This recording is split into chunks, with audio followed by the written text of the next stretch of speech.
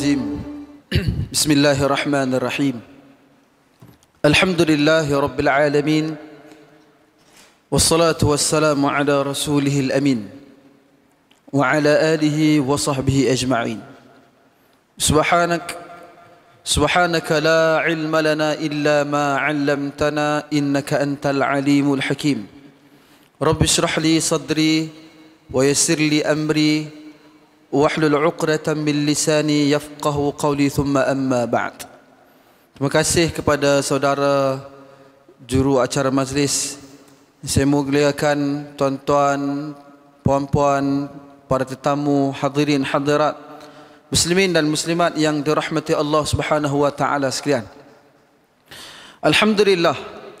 Marilah sama-sama kita bersyukur kepada Allah Jalla wa Ala yang telah memberikan kepada kita kesempatan pada pagi ini, saya dan tuan-tuan dan puan-puan sekalian dapat sama-sama kita berada dalam majlis ilmu kita. Satu majlis yang insya-Allah kita harap sedikit sebanyak dapatlah kita mendapatkan sesuatu daripada majlis ini. Jam law ni pukul 11.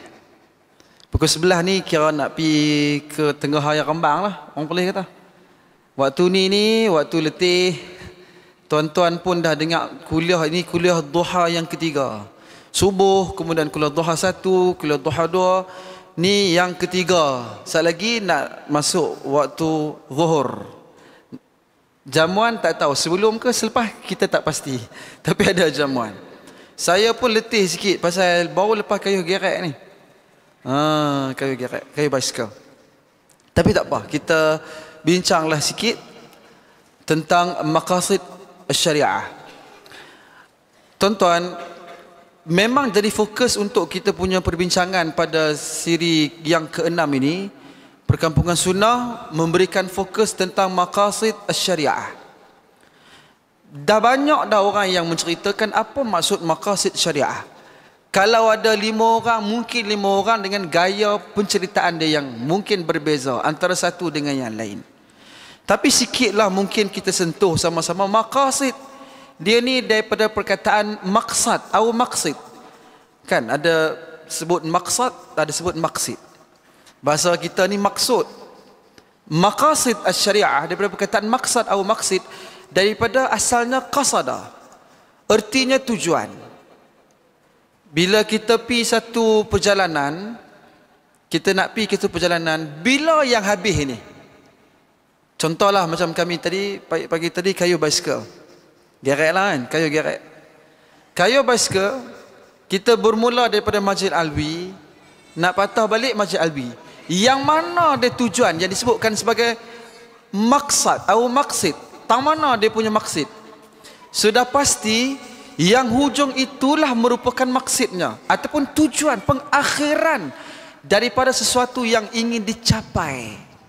Sebab itu apabila digandingkan maqasid dengan syariah, maka sebenarnya yang diinginkan adalah tujuan yang Allah saja yang tahu tujuan sesuatu pensyariatan itu disyariatkan oleh Allah kepada manusia.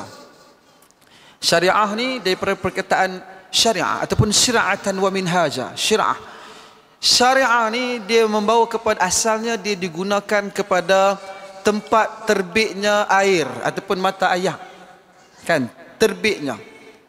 Maka bila digabungkan maqasid dengan syariah, dia bawa kepada maksud tujuan asal sesuatu syariah itu diwajibkan kepada manusia ataupun tujuan pensyariatan daripada Allah Subhanahu wa taala. Tapi seperti mana yang saya sebut tadi, yang tahu tujuan Allah bagi syariat ni, Allah sendiri yang mengetahuinya. Allah syariat. Allah syariat. Tak ada manusia yang boleh menjadi syariat. Yang memberikan syariat itu adalah Allah Subhanahu wa taala.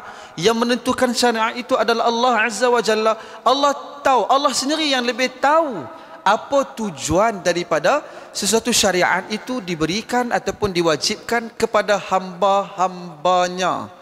Ya, hanya Allah yang mengetahui. Tetapi Allah Subhanahu wa taala apabila bagi satu kewajipan kepada manusia, Allah akan cerita apa sebab, sebahagiannya Allah cerita apa sebab sesuatu kewajipan itu diberikan ataupun diwajibkan kepada seorang hamba Allah Subhanahu Wa Taala. Contoh dalam soal zakat. Contoh, Allah sebut dalam Al-Quran, Allah kata, A'udzu billahi minasyaitonir rajim. Khudh min amwalihim sadaqatan tutahhiruhum wa tuzakkihim biha wa salli alaihim. Allah sebut dalam Al-Quran dalam surah At-Taubah, khudh min amwalihim sadaqah. Allah perintahkan perintah itu kepada Nabi dan juga kepada para amil yang kutip zakat. Khudh, Allah kata perintahkan, ambillah min amwalihim, daripada harta benda mereka. Mereka ni kembali kepada siapa? Hum al-aghniya, depa yang kaya. Perintah Allah ni, Allah perintahkan ambil zakat daripada orang kaya. Allah sendiri cerita, tutahhiruhum, yang mana dengan mereka mengeluarkan zakat, diambil daripada orang kaya itu, tutahhiruhum, akan menyucikan harta mereka, wa tuzakkihim biha. Bukan zakat itu, Allah kata dengan ibadah zakat itu, tuzakkihim biha, akan menjadikan jiwa mereka bersih. Maka bolehlah kita tahu dalam ayat ini Allah bagi tahu tujuan, maksud dia. Tapi lebih jauh daripada itu, dibawa pelbagai makna. Makna zakat tidak diwajibkan kepada orang miskin. Zakat diwajibkan ke atas orang kaya. Zakat diwajibkan untuk dikeluarkan bagi tujuan mencapai maqasid syariah, iaitu membantu orang kaya keluarkan harta mereka, bersihkan harta mereka, bersihkan jiwa mereka, dan bersihkan jiwa orang yang menerima zakat. Sebab apa? Sebab orang yang terima zakat sebelum ni mungkin dia rasa depa ni orang kaya, sombong, tak bantu mereka. Ada perasaan iri hati dan dengki yang ada dalam diri mereka. Maka dengan ibadah zakat itu dia balance, menjadikan orang kaya dan orang miskin dapat duduk dekat kerana perintah Allah yang nama zakat. Sedemikianlah lebih kurang maksud maqasid syariah yang kita boleh ambil maksud dari tujuan daripada syariat yang Allah perintahkan, walaupun asalnya yang mengetahui hanyalah Allah Subhanahu Wa Taala. Tidak ada orang yang mengetahui. Tapi kalau ada orang main dia tahu macam-macam apa, agak pelik. Sebab Allah sendiri yang tahu. Tuan-tuan dan puan yang saya muliakan kerana Allah SWT, ada beberapa versi yang menceritakan sebahagian daripada pandangan para ulama. Antaranya Ibn Ashur menyebutkan yang dimaksudkan dengan maqasid syariah itu adalah satu ilmu yang nak bincang tentang makna-makna dan juga hikmah-hikmah yang diambil perhatian oleh syarak dalam keseluruhan ataupun sebahagian besar daripada situasi nuzul al-syara'.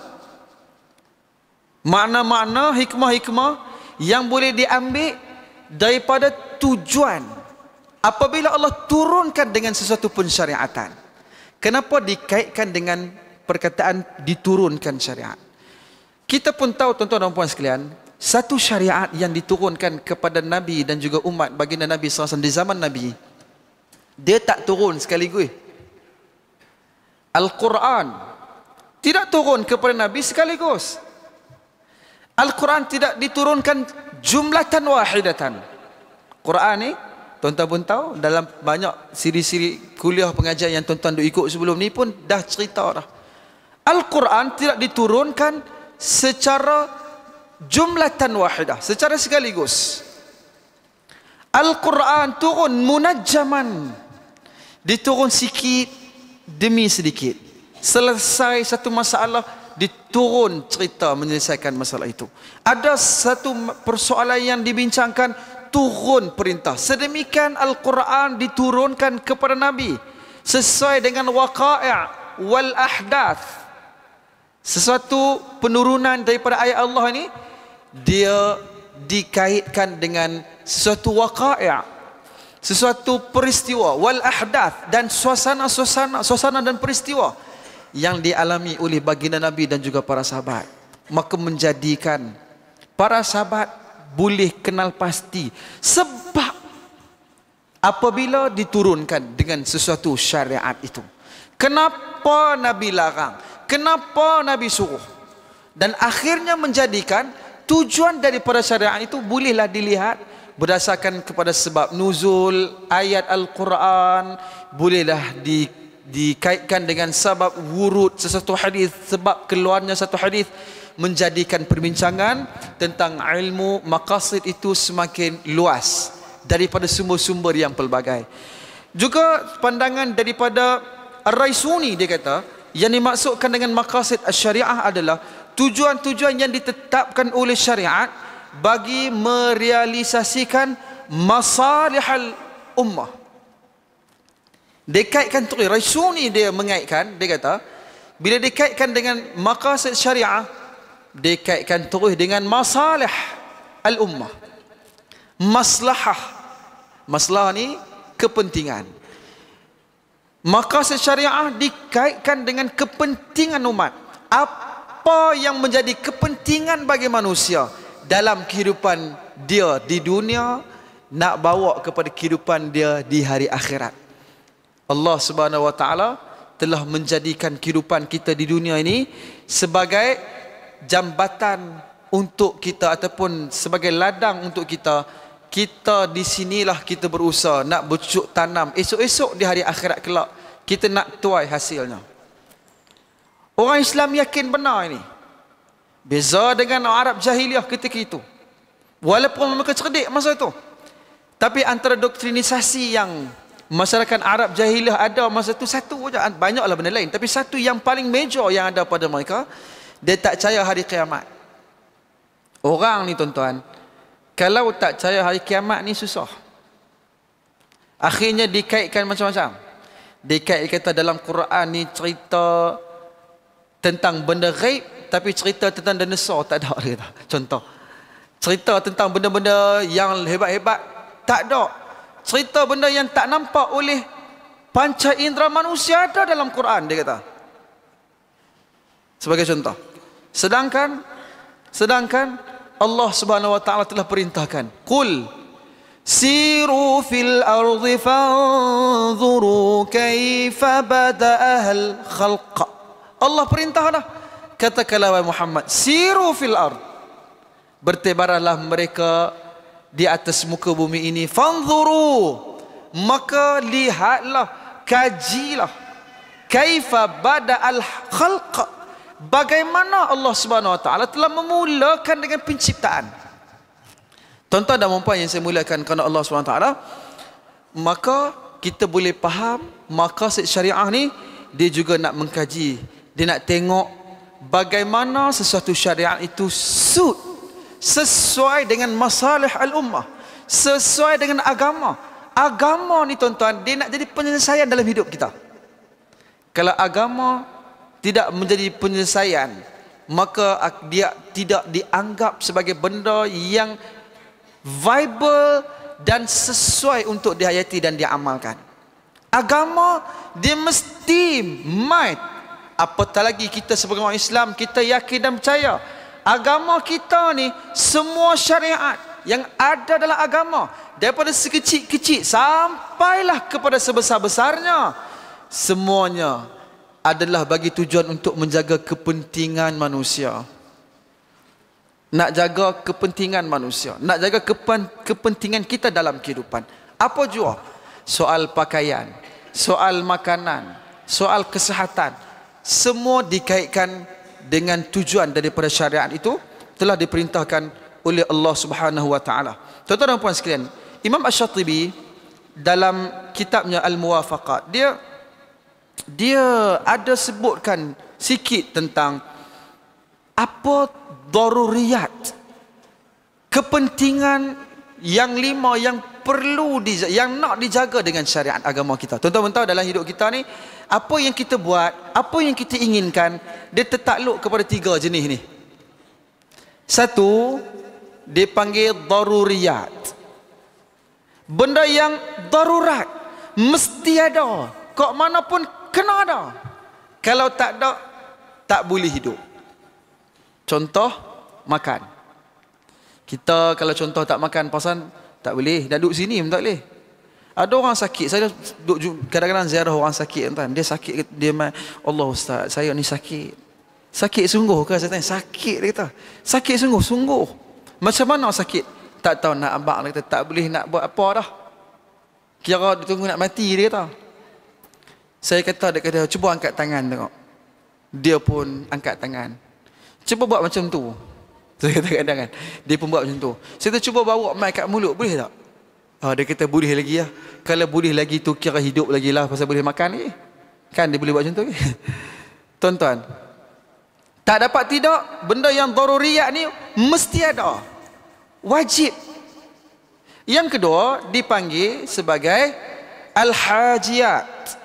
Al-hajiyat, benda yang kita berhajat kepada dia. Dia naik sikit, dia turun sikit daripada kepentingan yang perlu, tidak dapat tidak. Yang kedua ni kalau tak ada pun tak apa, tapi jadi keutamaan dalam hidup kita. Benda yang hajiyat, contohnya rumah, contohnya kenderaan dan sebagainya. Kalau tak ada rumah boleh hidup tak? Bolehlah juga, taklah mati. Tapi ada kepentingan perkara itu dalam hidup kita. Yang ketiga dipanggil at-tahsiniyat, benda yang ada pun tak apa, tak ada pun tak apa, tapi ada lagi baguslah. Macam tu. Contoh, dia nak masak. Di hujung tu dia bubur hiasan. Contoh. Kan, dia bubur hiasan. Maka itu tahsiniyat. Ada rumah, okey, jaga elok semua. Kemudian dia tambah sikit apa yang sesuai. Itu dah jadi tahsiniyat untuk dirinya. Daruriyat ni tuan-tuan, benda yang kepentingan yang mesti ada ni, inilah yang antara menjadi perkara yang fokus, yang nak dikaitkan dengan maqasid asy-syariah yang kita duk bincang daripada awal perkembangan sunnah itu ni sampailah ke saat ini, sampai ke kuliah duha yang ketiga, yang kita pun mengantuk tak sangka dah waktu ni. Tuan-tuan dan puan sekalian, kata Imam Asy-Syatibi, dia kata, fa amma ad-daruriyatu fa ma'naha annaha la budda minha fi qiyami masalihid din wad dunya. Dia kata Imam Asy-Syatibi, daruriyat ni maknanya adalah annaha la budda minha, benda yang tidak dapat tidak daripada mempunyai benda tersebut, fi qiyami, untuk menegakkan masalihid din wad dunya, untuk menegakkan kepentingan agama dan juga kepentingan dunia.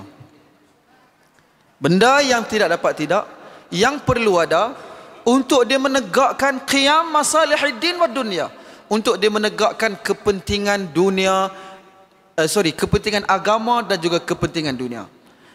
Bihaitsu idza fuqidat lam tajri masalihud dunya, benda yang apabila tidak ada perkara tersebut, lam tajri masalihud dunya, tidak akan terjalan padanya akan kepentingan dunia, ala istiqamah bal ala fasadin. Kalau tak ada tu, maka dia tak konsisten dapat kelebihan, dan bahkan dia membawa kepada kefasadan ataupun membawa kepada kemusnahan, wa tuhariju wa futihayah, dan bahkan mengurangkan serta menjadikan kehidupan yang tidak selesa. Wa fil ukhra fautul najati wan na'im, dan lebih jauh daripada itu, menghilangkan kejayaan dan juga kesenangan, kenikmatan. Warruju'u bil khusranil mubin, dan bahkan dia kembali kepada Allah bil khusranil mubin, dalam keadaan kerugian yang jelas nyata. Tuan-tuan dan puan yang saya muliakan, ini menyebutkan tentang keperluan untuk kita melihat kepada konsep maqasid syariah itu. Dia adalah untuk tujuan nak kembali kepada Allah dalam keadaan yang berjaya. Asasnya adalah apabila Allah SWT sebut, wa man yuti'illaha wa rasulahu faqad faza fawzan 'azima. Yang dikatakan dengan kejayaan yang betul berjaya ni adalah barang siapa yang yuti'illaha wa rasulahu, dia taat kepada Allah dan Rasulnya, maka itulah dia orang yang berjaya dengan kejayaan yang sebenarnya, kejayaan yang cemerlang. Okey, tuan-tuan dan puan sekalian, nak kait maqasid syariah yang menjaga 5 benda. Bila nak cerita tentang tempat kita kerja ni kadang segan sikit, tapi cerita sikit lah. Sebelum kita sebut-sebut ni, elok juga kita, tuan-tuan pun tahu ada 5 perkara yang menjadi tujuan daripada maqasid syariah ini diberikan perhatian. Satu, tuan-tuan dan puan sekalian, kita tahu, kata Imam Asy-Syatibi lagi, dia kata, faqad ittafaqatil ummah. Dia kata, telah bersepakat umat. Berat perkataan Imam Asy-Syatibi ni.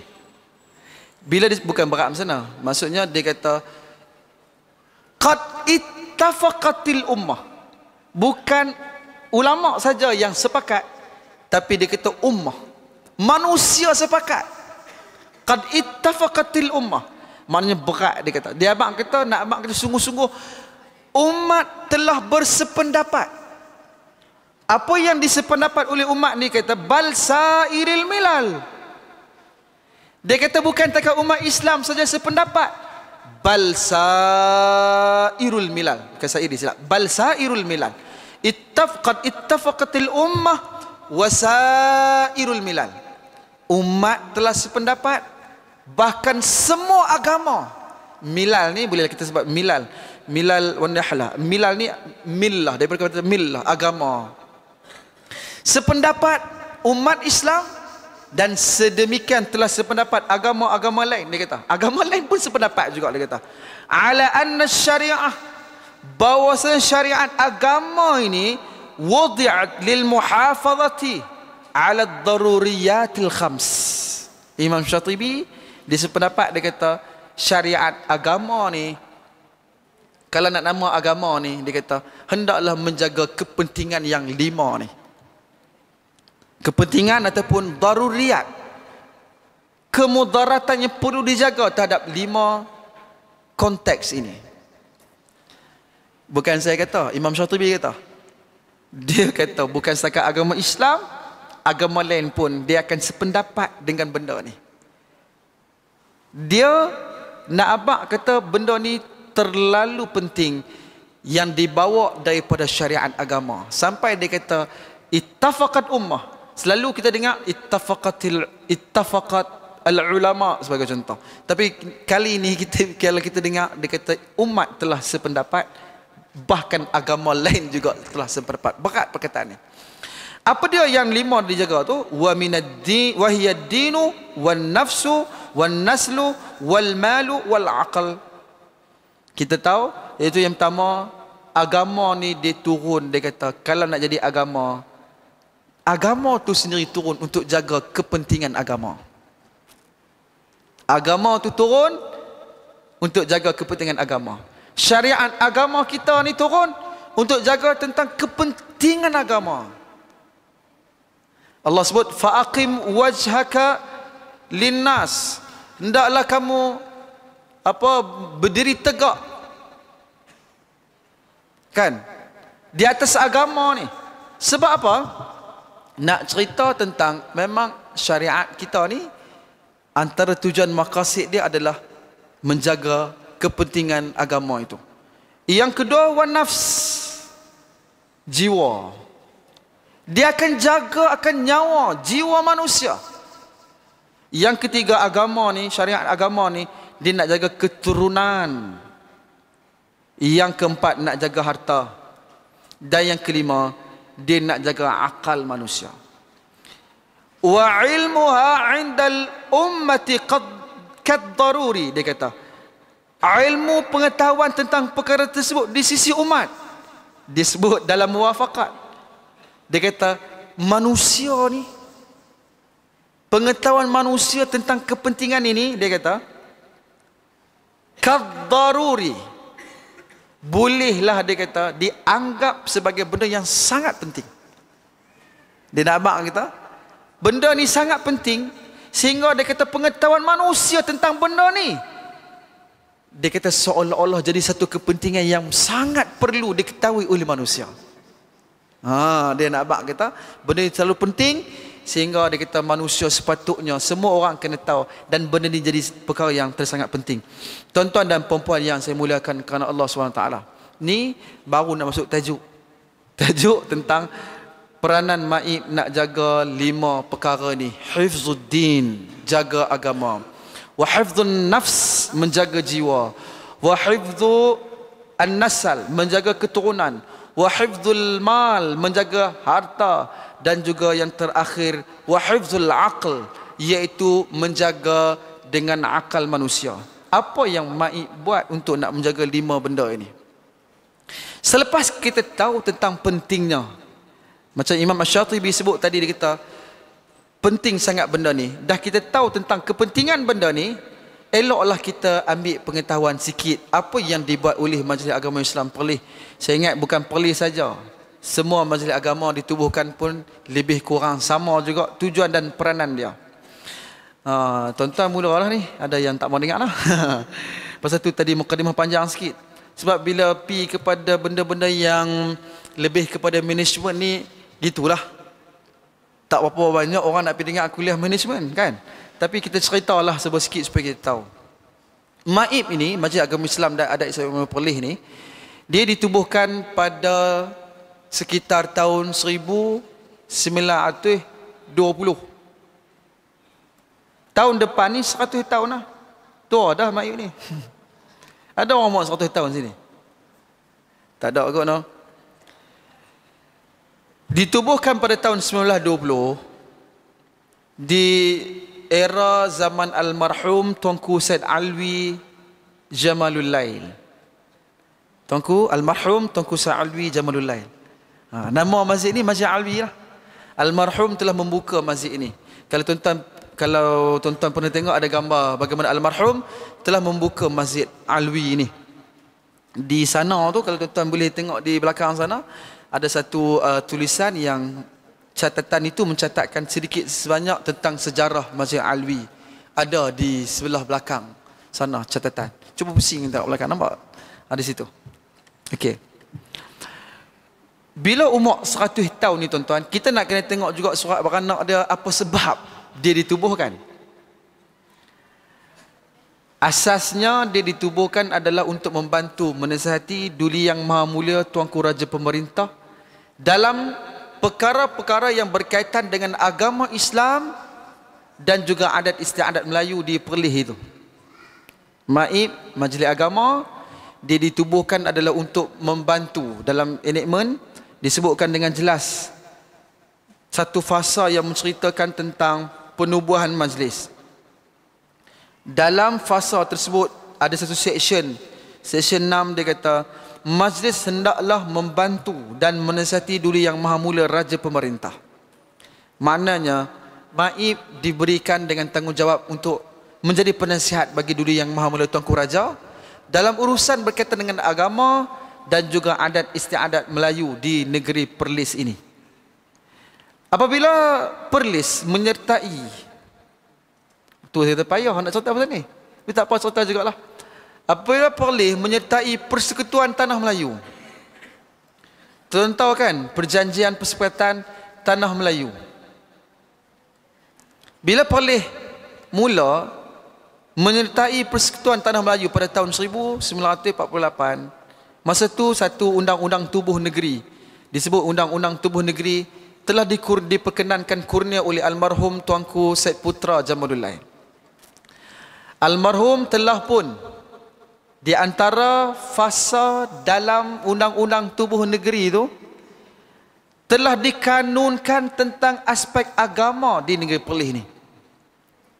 Dalam tu disebut agama bagi negeri adalah agama Islam Ahlus Sunnah wal Jamaah, seperti mana yang diamalkan di dalam negeri.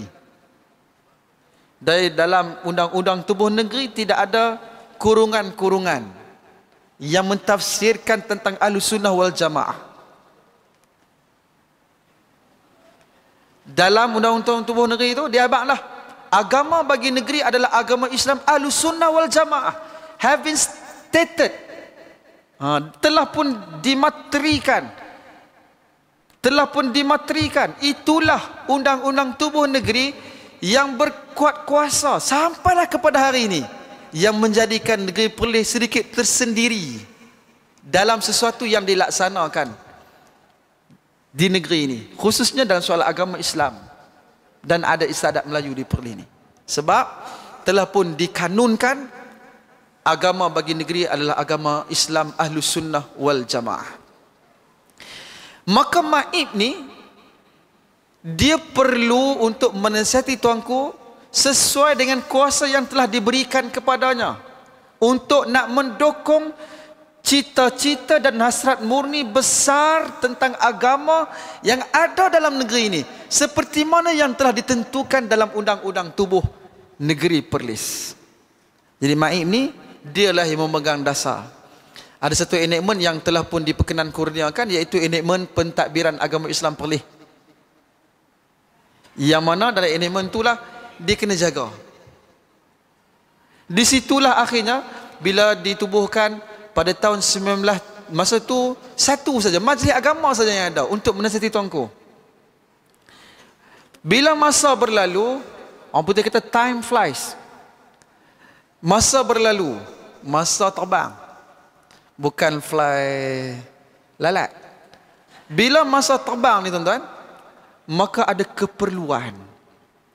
Untuk perlunya ada agensi-agensi yang membantu majlis untuk melaksanakan fungsi bagi pihak kerajaan. Akhirnya pada tahun 1970-an telah berpisahlah, telah ditubuhkan satu jabatan namanya Jabatan Hal Ehwal Agama Islam Perlis, bagi melaksanakan fungsi Maib dalam soal dakwah, soal nikah, kahwin, cerai, cerai tak disebut sangatlah kan, NCR, nikah cerai rujuk sebut jugalah, yang memerlukan tanggungjawab agama ataupun ulil amri, bagi pihak ulil amri melaksanakan pengurusan dan pentadbirannya. Jadi bolehlah kita kata Jabatan Mufti Negeri Perlis, Jabatan Hal Ehwal Agama Islam, Jabatan Kehakiman Syariah, dia adalah untuk melaksanakan fungsi majlis yang tadi ini, membantu menasihati Duli Yang Maha Mulia tuanku dalam perkara-perkara yang berkaitan dengan agama Islam dan yang berkaitan dengan adat istiadat Melayu di Negeri Perlis. Apa Maib buat untuk jaga agama? Maib ni kira habaq terus terang tak buat apa lah. Sebab buatlah juga kan. Yang buat banyak ni sebab dah ada Jabatan Mufti Negeri Perlis, dah ada Jabatan Hal Ehwal Agama Islam Perlis. Apa yang kita buat untuk menjaga agama? Kita faham keperluan untuk jaga agama kita. Kesucian agama satu benda yang tidak boleh dipermainkan. Kita tahu bagaimana begitu tegasnya baginda Nabi SAW bila berhadapan dengan situasi yang mengganggu-gugat kepentingan agama, melepasi daripada kepentingan-kepentingan lain dalam kehidupan baginda. Nabi dengan jelas, masa zaman sebelum daripada penghijrahan lagi, telah turun ayat Qul ya ayyuhal kafirun la a'budu ma ta'budun wa la antum 'abiduna ma a'bud wa la ana 'abidun ma 'abadtum wa la antum 'abiduna ma a'bud lakum dinukum waliyadin. Dalam riwayat qiraan lakum dinukum walidin, lakumu dinukum walidin, ada juga riwayat lain. Tuan-tuan, kita tahu dan ini kepentingan agama yang perlu digalas oleh Maib untuk jaga benda ni. Apa kita buat? Satu, kita melaksanakan program-program yang berkaitan dengan dakwah, supaya masyarakat faham tentang kewajipan-kewajipan agama, tentang solatnya, tentang zakatnya, puasanya, tentang ibadah haji dilakukan, supaya masyarakat tahu itu kepentingan agama yang perlu dihayati dan diamalkan oleh manusia. Maka kita buat macam-macam untuk melaksanakan. Pertukaran yang kita ada, kita salurkan melalui pelbagai agensi yang kita ada, supaya orang faham tentang perkara itu. Bahkan kita ada satu unit yang kita tubuhkan untuk, kalau di Jaib ada satu unit yang berkaitan dengan dakwah, bahagian dakwah. Tujuan dia adalah untuk propagate, bagi pencerahan kepada agama yang sebenarnya. Maib bukan setakat itu, tubuhkan pula satu center namanya One Center Malaysia. One Center Malaysia ni adalah untuk to propagate, untuk memberi, kalau bahasa kita ni propaganda, ataupun lebih untuk mempamerkan agama yang harmoni, yang boleh menjadi penyelamat, penyelesaian al-hal, penyelesaian kepada pelbagai masalah. Jadi dari sudut menjaga agama ni memang menjadi keutamaan kita. Yang kedua, hifzun nafs. Apa yang Maib buat untuk nak menjaga nyawa? Nak jaga nyawa. Jaga nyawa ni bolehlah kita kata pertama bagi awareness kepada masyarakat tentang pentingnya jaga nyawa ni. Jaga nyawa ni memang satu keutamaan untuk mesti jaga. Yang kita buat adalah beberapa, contohnya dalam soal perubatan. Maib memperuntukkan sejumlah besar daripada sumbangan perubatan kepada warga asnaf di Sungai Perlis. Kita ada kerjasama dengan pihak unit kerja sosial. Di Perlis ni senang. Asnaf yang ada, bukanlah senang, asnaf yang ada masalah kesihatan sebagai contoh, dia boleh terus pergi kepada unit kerja sosial di hospital. Pilah hospital mana pun, jadi hospital kerajaan. Tok Bomo tak boleh. Ada juga yang pergi jumpa Tok Bomo nak minta sumbangan zakat daripada Maib. Kami abang kata tak boleh, kita tak percaya khurafat-khurafat ni. Dia kata, Tok Bomo ni banyak orang pergi. Tok Bomo baru jadi Ustaz. Tok Bomo mana? Oh, Tok Bomo Siam pula dah. Dia pun percaya sangat dengan Tok Bomo baru jadi ni. Dia kata, dak ni Tok Bomo budak ni. Budak dah. Itu kita tak payah. Jaga nyawa ni tuan-tuan jadi keutamaan kita. Kita ada peruntukan khas untuk warga asnaf yang memerlukan bantuan di Maib. Tak perlu isi borang kita pun. Pasal apa tak boleh isi borang kita? Kalau diisi borang pun kami bukan tahu. Dia cerita kata dia sakit sekian-sekian. Kami mana tahu tuan. Pasal tak ada DR di depan. Kita bukan doktor. Jadi sebab tu mereka kena pergi ke unit kerja sosial. Unit kerja sosial yang akan beri cadangan, doktor yang akan memberikan recommendation. Dengan surat doktor saja, terus datang ke Maib, kita akan berikan bantuan sekadar yang kita boleh. Jauh daripada itu, wakaf juga kita cuba berperanan dalam soal yang berkaitan menjaga nyawa. Terbaru kita ada tubuhkan satu wakaf tunai. Wakaf itu adalah untuk kita bangunkan sebuah bangunan dialisis. Bangunan dialisis wakaf Maib untuk kita bangunkan di Hospital Tunku Fauziah. Tuan-tuan yang datang daripada jauh Perlis ni, kalau ada yang ada lebihan, kod lah ada, tak tahu nak pergi ke mana, tuan-tuan pergilah ke kaunter Maib di sana tu. Kita ada perkenalkan tentang kita punya skim wakaf tunai. Skim wakaf tunai ni, tuan-tuan pun tahu kelebihan wakaf. Sekali saya cerita pasal wakaf tak habis pula. Wakaf ni sedekah jariah. Cerita pasal wakaf ni panjang cerita, tapi kita buat ni adalah untuk nak memberikan peluang kepada masyarakat yang nak berwakaf bagi membangunkan satu bangunan wakaf dialisis yang kita tempatkan di Hospital Tuanku Fauziah Kangak ni. Pengurusan insya-Allah diuruskan oleh hospital. Sekarang tuan-tuan agak berapa banyak kita perlu? Kita perlu 6 juta ringgit. 6 juta ringgit. Pembinaan dah 45%. Nak siap dah. Tapi duit baru ada 12%. Daripada 6 juta tu kita baru ada 1.2 juta. Ada perlu 3.8 juta lagi. Siapa nak sumbang 3.8 juta? Mahabak. Dia tulis cek 3.8 juta untuk Maib. Kami ucapkan terima kasih banyak-banyak. Ada tak siapa nak sumbang 3.8 juta buat Mai? Mai terus tak apa. Bangunan nak siap dah tapi duit tak ada lagi. Tak apa, kita buat dulu. Harapan kita bila kita buat, ada orang teringin nak bagi sumbangan. Saya ingat ada lagi banyak al-muhsinin yang nak bagi sumbangan kepada kita. Okey. Yang ketiga, banyaklah nak cerita pasal tu, tapi sebutnya memang ada, kita berikan. Kalau di Perlis ada orang bagi tahu tentang ada asnaf yang dia ni sakit tidak disantuni, insya-Allah habaq saja. Di Perlis mudah sikitlah ni. Depa tulis dalam Facebook je. Lepas tu depa cendek sikit dekat saya. InsyaAllah turun. Sebab kita nak melaksanakan tanggungjawab kita. Tak boleh tidur malam tuan-tuan. Tak boleh. Kami di Maib ni memang dah jadi satu perangai. Bila ada orang tulis tentang masalah tu, kita susah nak tidur malam sikit. Maka malam pun kita kacau orang untuk orang turun pergi tengok. 3. Untuk yang ketiga, nak jaga nasal. Hifzun nasal. Jaga keturunan. Nak jaga keturunan ni kita kena tengok dalam dua aspek. Aspek pertama, sebelum berlakunya tasalsul, sebelum berlakunya lahirnya satu bayi. Yang kedua, selepas lahirnya bayi. Yang satu yang lebih penting, iaitu nak jaga keturunan ni adalah dengan memberikan perhatian kepada benda-benda yang berkaitan dengan kesalahan jenayah syarak. Kita ada satu enakmen jenayah dalam syarak. Dalam contohlah, dalam enakmen jenayah dalam syarak ni, kalau ada orang berkedudukan, tuan-tuan tahu bagaimana para sahabat bagi perhatian tentang benda ni. Umar bin Khattab sebagai contoh, tuan-tuan tahu cerita. Umar bin Khattab radhiyallahu taala an, suatu ketika ada orang yang sedang bersembang-sembang, laki dan perempuan di tengah-tengah khalayak. Umar ni dia satu perangai dia suka bawa otan kecil. Dia nampak saya seorang lelaki dengan perempuan dia duduk bersembang, dia pukul lelaki tu. Pukulan mendidik lah, bukan pukul bubuh dia. Dia pukul mendidik. Akhirnya orang heran, kenapa dia Umar pukul kawan tu? Kata lelaki tu, wahai ya Amirul Mukminin, wahai Amirul Mukminin, kenapa? Lima darabani. Pasal apa kamu pukulku? Dia kata, kamu buat benda yang tak senonoh laki perempuan. Lima darabani. Kenapa?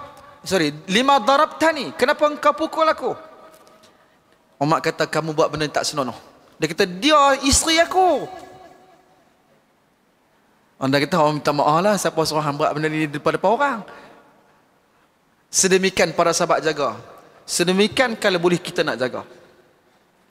Dan benda ni tak boleh main sajalah, kena masyarakat. Masyarakat kena dulu, kalau orang dulu, cuba tengok kalau orang duduk berdua-dua, apa orang kita tegur. Lah kita tak tegur, tuan-tuan. Dua harap agensi pun masalah. Harap agensi, harap jabatan agama. Bahagian jabatan agama ada bahagian ni, bahagian penyiasatan tu tolong penyiasat lah. Jabatan agama ni ada jaga, ada penguatkuasa syariah, ada bahagian penguatkuasa. Kita MAIP melantik penguatkuasa syariah. Dalam negeri Perlis ni, MAIP diberikan kuasa untuk melantik penguatkuasa syariah. Mereka ni nanti akan pakai ni vest, pakai baju sebagai penguatkuasa syariah. Tuan-tuan tahu bagaimana al-hizbah, qaim ala a'mal al-hizbah. Bagaimana para muslimat di zaman baginda Nabi sallallahu alaihi wasallam, bahkan disambung dengan Umar al-Khattab, annahunna, bahawasanya mereka ini qaimina, telah menegakkan bi'amal al-hizbah, menegakkan amalan hizbah, pelaksanaan hizbah. Yang tolong pesan-pesan ni, suruh pergi semayang, suruh pergi apa, lelaki perempuan, mereka melaksanakan. Kalau tuan-tuan biasa pergi ke Al-Haram, Haramain, tuan-tuan akan jumpa orang yang jadi polis hizbah. Dia kata haji tariq dia sebut kan. Tu antara yang jaga lelaki perempuan. Kita tersilap masuk bilik ayak pun dia punya marah kita. Dah lah pakai kelam tak nampak kan. Tapi nak abang kita depa melaksanakan benda itu. Okey. Yang ketiga ni nak habis kan, tak apa. Yang keempat ni adalah hifzul mal. Tapi sebelum tu nak cerita juga pasal hifzul nasal ni. Di jabatan agama memang ada satu bahagian yang menguruskan tentang perkahwinan, perceraian. Undang-undang itu boleh digubal dan valid dalam negeri. Ada orang yang baru ni pun tuan-tuan tahu, ada satu fatwa yang telah dikeluarkan tentang isu perkahwinan di sempadan yang balik pendaftaran. Memang ada. Ya, supaya nak jaga keturunan itu. Ada beberapa pandangan-pandangan fatwa dengan Perlis ni nak jaga keturunan. Contohnya, kalau tuan-tuan pernah mendekati fatwa negeri Perlis tentang soal sah anak tidak sah taraf. Tuan-tuan cuba Google tengok, ada fatwa kita yang kita cenderung dan kita tarjihkan pandangan tentang soal anak tidak sah taraf itu. Ada kita punya perbincangan tentang had minima mengandung dan sebagainya. Okey. Yang keempat, hifzul mal, menjaga harta. Harta ni tuan-tuan dan puan sekalian kena lihat dalam aspek-aspek yang pelbagai. Yang satu, orang yang ada duit. Yang kedua, orang yang tidak ada duit. Jaga harta ni lebihlah sepatutnya memang kalau secara langsung dengan baik tak apa nak nampak. Sebab sepatutnya jaga harta ni adalah polis, tentera, undang-undang yang berkaitan dengan itu. Tapi dari sudut kita jaga kepentingan harta, kita di bawah Jabatan Kehakiman Syariah kita ada mahkamah. Mahkamah Syariah ini dia menguruskan tentang tata cara mal. Tata cara mal. Tentang soal-soal yang berkaitan dengan hadanah, tentang soal-soal yang berkaitan dengan harta sepencarian yang mungkin walaupun ada perbahasan daripada kalangan para ulama diperbincangkan, tapi masih lagi ada dengan kita pengurusannya, tentang perkara-perkara yang menyentuh tentang faraid, pembagian harta pusaka dan sebagainya. Dan lebih jauh daripada itu, Maib ni kalau fungsi dia jaga 3 kumpulan wang. 1, kumpulan wang zakat. Sebab dalam fungsi kita ni menguruskan terimaan dan pengalihan zakat. Itu yang menjadikan kita terpaksa turun padang. Tadi pun kami turun dalam program Kayuh Maib Peduli. Tuan-tuan, melaksanakan benda ini bukan satu benda yang senang. Tak bawa banyak kali lah kami kayuh. Tahun 2013 kayuh 56 kali je. Target kami 15 kali, tapi kami kayuh 56 kali, tak banyak. Tahun 2014 kayuh pun tak banyak juga. Lebih kurang dalam 88 kali. Tahun 2015 lagi tak banyak. 105 kali. Setahun kayuh. Tuan-tuan bayangkan, dalam setahun tu 300 lebih, 105 kali kami. Lebih kurang 1/3 tu kami duduk geret aja. Orang kata Maim ni tak ada kerja ke? Kami duduk kerja ni. Tahun-tahun berikutnya adalah 72. Tahun ni saja dah 29 kali. Untuk melaksanakan fungsi dan peranan kita, menyantuni warga asnaf. Ada orang yang tak tahu bagaimana perlu memohon, bagaimana nak memohon dan sebagainya. Tapi yang nak ulang banyak kali itu cerita lain lah Nazhari nak cerita lain. Okey. Yang keempat tuan-tuan, hifzul akal, jaga akal. Syariat agama kita memang jaga akal. Tuan-tuan pun tahu. Dan inilah antara benda yang perlu kita sama-sama pelihara dan jaga di negeri Perlis ni. Di Perlis bukan takat Perlis lah, ada setengah tempat dia berkata banyak para anbiya. Tahu para anbiya? Geng-geng biak ni, ketum orang panggil, para anbiya. Pun nak kena jaga juga sebab ini antara benda yang boleh hilangkan akal orang. Daripada tuan-tuan kita pergi ketuk, ada satu rumah kita ketuk pintu rumah lagi nak pergi bagi bantuan ni. Tak jaga-jaga lagi. Pukul 10 orang tak jaga. Kita gerak juga dia keluar. Rupanya dia kena dah. Dia tengah steam lah tu. Okay. Dia baru kena. Tuan-tuan, ini diberikan perhatian oleh kita. InsyaAllah tuan-tuan, doakanlah apa yang dilaksanakan oleh Maib dengan segala urusan-urusan yang dilaksanakan itu boleh menambahkan lagi kebaikan kepada umat Islam. Dari sudut aspek bantuan ni, kita usaha untuk melaksanakan dengan sebaik mungkin. Diperoleh. InsyaAllah. Kita tidaklah boleh sebut kata kita boleh membasmi kemiskinan secara total. Sebab kemiskinan ni valid dalam Quran. Disebutkan dalam Al-Quran. Kemiskinan satu benda yang sangat dinamik. Dia akan berubah daripada satu generasi, suasana yang mungkin berbeza. Tapi yang kita nak adalah semangat daripada golongan asnaf untuk mereka keluar daripada belenggu kemiskinan. Kita tak nak sekadar kita bagi bantuan, hari ini bagi, esok habis. Bagi bantuan ni tuan-tuan, kita pun masak juga. Dia bagi tahu dia perlu, kita bagi. Esok lusa dia datang lagi, dia perlu, kita bagi. Kemudian datang lagi pada minggu berikutnya, perlu, kita tak bagi. Dia pun nak marah kita.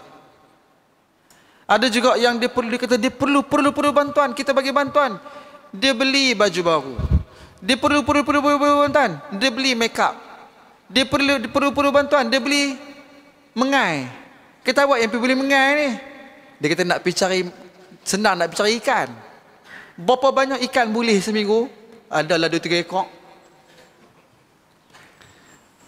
Memang kita ni kalau boleh nak bagi joran tuan-tuan, dia salah faham kot. Di Maib kita ada falsafah dalam bagi bantuan zakat. Kita nak bagi joran daripada ikan, nak bagi mengai daripada ikan. Dia kata dah ustaz abang nak bagi joran, saya pergi beli joran lah. Joran dia tu mancing hok mahal. 600 dia pedih hok tu saja. Ada kes lah, nak contoh bukan semua, ada kes. Memang diperoleh kita punya falsafah adalah agihan zakat kita adalah untuk keluarkan mereka daripada belenggu kemiskinan. Maka kita wujudkan satu akademi, namanya Akademi Transformasi Asnaf. Apa akademi ni buat? Dia tumpu untuk memberikan latihan dan kemahiran kepada warga asnaf. kita buat job placement. Placement ni apa? Penempatan pekerjaan. Alhamdulillah, sebahagian daripada warga asnaf kita ni yang pi sebelum ni, sebagai contohlah saya cerita 2-3 kes, depa ni pi untuk satu kursus natural NDT, natural destruction test. Depa ni pi ke ONG. ONG ni oil and gas punya sektor. Minyak lah, dia pi kepada minyak ni. Dia pi kursus 3 bulan, alhamdulillah balik daripada kursus 3 bulan tu, gaji dia tuan-tuan rasa berapa? 5,000. Mahal daripada CEO Maib lagi. Gaji dia 5,000, balik kursus 3 bulan. Dia up lo gaji 8,000. Saya hampir mengalirkan air mata. Dia bawa main, dia kata, "Ustaz, saya nak bayar zakat." Daripada dia menerima zakat, dia nak bayar zakat. Ada lagi lah beberapa kursus yang kita buat. Kita perkenalkan beberapa inisiatif. Kita perkenalkan beasiswa. Kita buat beberapa penawaran bantuan pelajaran supaya anak-anak kita, khususnya anak-anak asnaf ni, dapat keluar daripada kepompong kemiskinan, insya-Allah. Tuan-tuan dan puan sekalian, itulah sebesikit yang mungkin saya nak kongsi kepada tuan-tuan, apa yang Maib buat untuk nak menjaga maqasid syariah, supaya kehidupan masyarakat insya-Allah sikit sebanyak diberikan seperti mana kata Imam Asy-Syatibi, fin na'im, istiqamah fin na'im, dapat konsisten berada dalam kenikmatan dan juga kesejahteraan, supaya bila balik nanti ruju'uhum, dia tak balik bil khusranil mubin, tak balik dalam keadaan kerugian yang nyata. Ini yang kita nak daripada apa yang kita laksanakan. Sedikit saya minta maaf lah, mungkin apa yang saya kongsikan pada hari ini tidaklah seperti mana yang diinginkan oleh tuan-tuan dan puan-puan sekalian, tapi yang lebih besar daripada itu adalah dengan penuh keinsafan kami sedar dan akur akan tanggungjawab di negeri Perlis ini, dan insya-Allah kita berusaha sedaya upaya untuk melaksanakan tanggungjawab itu. Siapa yang ada idea, pandangan nak melaksanakan program kolaborasi, dia ada kilang ke, nak cari para pekerja, habaq dekat kami, insya-Allah kita berusaha. Come in, insya-Allah ada satu kilang yang dibuka di Perlis ni, dia nak buat JV dengan Maib, pekerja dia tu kami akan cari. Kita buat placement untuk membantu mereka yang memerlukan pekerjaan dan sebagainya, insya-Allah. Tuan-tuan dan puan sekalian, saya rasa itulah sebesikit yang saya nak kongsikan. Dan khulasah ataupun kesimpulan daripada perbincangan ini adalah insya-Allah sedaya upaya Maib melaksanakan fungsi dan peranan dia, dan mohon doa daripada sahabat-sahabat yang datang daripada jauh. Doakanlah supaya Maib akan terus menerus konsisten melaksanakan fungsi peranan ini, sebab Maib kok mana pun kena ada dalam enakmen kita. Maib dia kata hendaklah kekal turun temurun diwarisi. Maib hendaklah kekal, walau apa jua perbezaan dia kata dalam negeri, Maib kena kekal.